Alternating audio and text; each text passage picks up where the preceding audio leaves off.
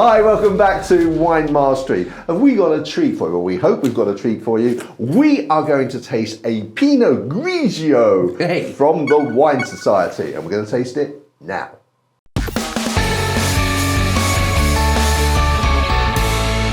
So let's begin by showing you the bottle and the label. Here they are. And next, should we actually consider the price, do you think? Well, I think we should, John. £9.50. That's not horrific. Yeah, things are moving on, and I always sort of lag behind price changes. I always think I was paying sort of like 10 years ago, and this probably 10 years ago would have been about £4.50. Yeah. But they say I bet £9.50. It's a tenner, isn't it? That's like just sitting on the. Yeah, well, you get 50p change. I mean, it's because just on the cusp. I don't think that's too wildly priced today. Yes. But Cool. So we have a turn, John. Let's have a look at the colour, shall we? Let's have a look at the colour. So I see Pinot Grigio, very light. It's very bright. It looks very refreshing. You know, it's bright and it looks lovely. It really looks inviting to me. It's one of those, like, I've said this before, when you look at it, you think, I know what that tastes like. You know, you get an idea of what that's going to be like. Yeah, absolutely. But then we've often been wrong as well, haven't we? Yeah, we have. But it's part of the anticipation, isn't it? I actually think that looks like that. I've seen that colour wine before. When I've seen that colour wine, that's the taste I normally get. And I do have to say, John, these glasses, these glasses are beautiful, and they do actually add to the whole thing of it, the whole wine drinking, the whole theatre. Yes. Yeah, absolutely. Yes. And it is the difference, isn't it? I mean, you know, people say, well, can you drink out of a sort of a mug, a tea mug? Well, you can, and you know, indeed, it may well taste the same to you. But actually, you know, pouring it, looking at it, smelling it, all just adds. And it's all the senses, isn't it? You get it all there. It's all, like you say, part of the theatre, part of the whole appreciation of it. Yeah, and what you're saying there in terms of you talking about all the senses, obviously with a nice fine glass, you're getting that feeling of the. Oh, definitely. Yeah, and the sort of the centrifugal forces of wine goes around. Oh wow, you're going for it now. Let's have a little go on the old nose. Okay.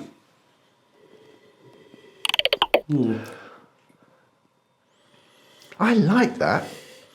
That's like sort of stone fruit, and I think it's sort of tending towards apricot for me. Yeah, there's definitely stone fruit in there, but for me, there's not a lot of again, delicate is probably the word I would use there. There's not a lot of delicate. No, it's quite delicate. There's nothing really standing out for me. Right. Excuse me, John. That's okay. Yeah, well, it's because it's delicate. I find so. It's not over the top. It's not too acidic. It's quite soft. It's like halfway between, in terms of the nose, halfway between a sort of acidic Sauvignon Blanc and a soft oak Chardonnay. I get that. Yeah, I get the Chardonnay style, like a lighter Chardonnay. Yeah. So let's have a go on the old palate then. Okay.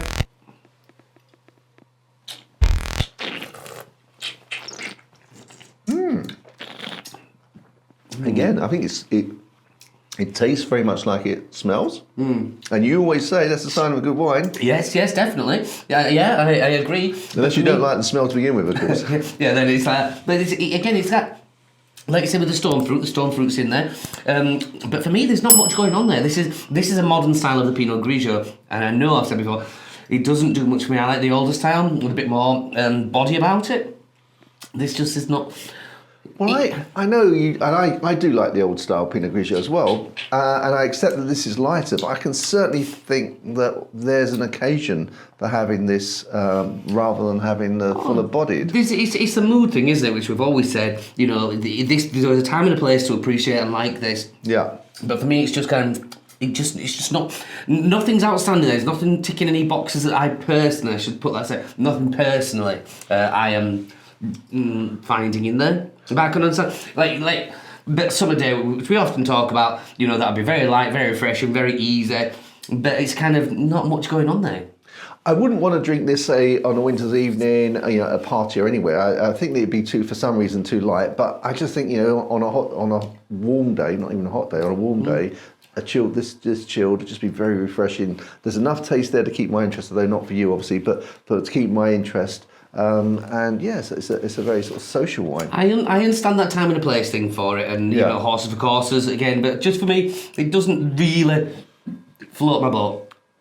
But Okay, that's all a right. personal thing, isn't it? It's very personal. It is a personal thing. So let's move to pairing then.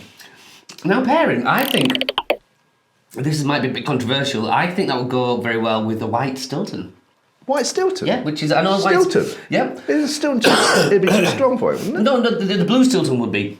But white Stilton, I mean, it's one of these cheeses that sounds boring, but it's actually very underrated. You know, I mean, we've just started reintroducing the white Stilton because at Christmas we can sell tons of it all year round. It doesn't seem to sell. Those double glosser things like that, they can't fall in and out of fashion.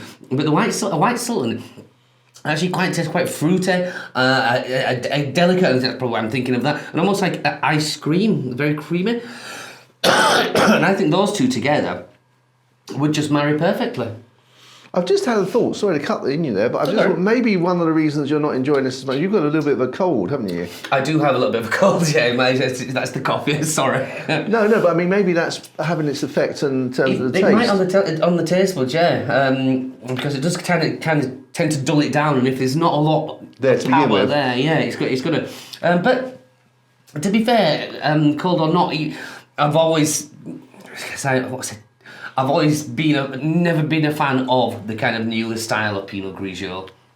Of which this is. Of which this is, yeah. Yeah. So, but for me then, the £9.50, the price becomes nearly irrelevant for me. Yeah, I just not mine. So so you're saying white Stilton with it? Yep, definitely. And if someone, for some reason, because I think there's a lot of people that don't even want to try, feigned cheese. Mm-hmm. If it wasn't that, what would you suggest? White Stilton doesn't have veins. Oh, does it not? Again, you're thinking there's blue Stilton, which is delicious. Oh, then again, I got a bit excited.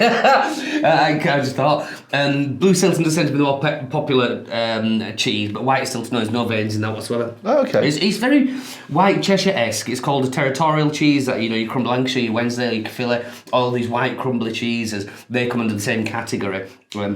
But again, yeah, quite a delicate, nice, easy-going, fruity bit of cheese. Oh, okay, excellent. Well, I would go with this. Obviously, you could have salad with it, as we've just been saying, just drinking it, sort of, at a party or on the lawn, wherever. Yeah. And also, but probably, chicken with it, and perhaps like some grilled asparagus, a little bit of oil on it, and some salt, and just grilled, browned off a little bit, and then this and that, I think, would be. Now you're talking the asparagus. Yeah. I do love it. I can actually see those going together very, very well. Yeah. I do love asparagus. Yes. But yeah, and also, as you said, sometimes probably doesn't even need food with that. You could just suck that on its own, couldn't you? Yeah, absolutely. Yeah, Excellent. Okay, so now we come to the score, and I'm guessing that the gap is going to be larger than normal. I would imagine so. Yeah, I've got to look at it from a personal point of view, and that's where the scoring is going to come from. But no, I mean, if I do look at it, it's a Pinot Grigio. It's exactly how it should be. The price isn't horrific. But it's just down to me then and what I... Yeah, that's going to have its effect, isn't it? It's going to have its influence for sure. It is, and so and that being said, it's a good price. It is exactly what it says it's going to do. But on a personal level, I would have to give it... Okay, I'm going to give it 80. 65.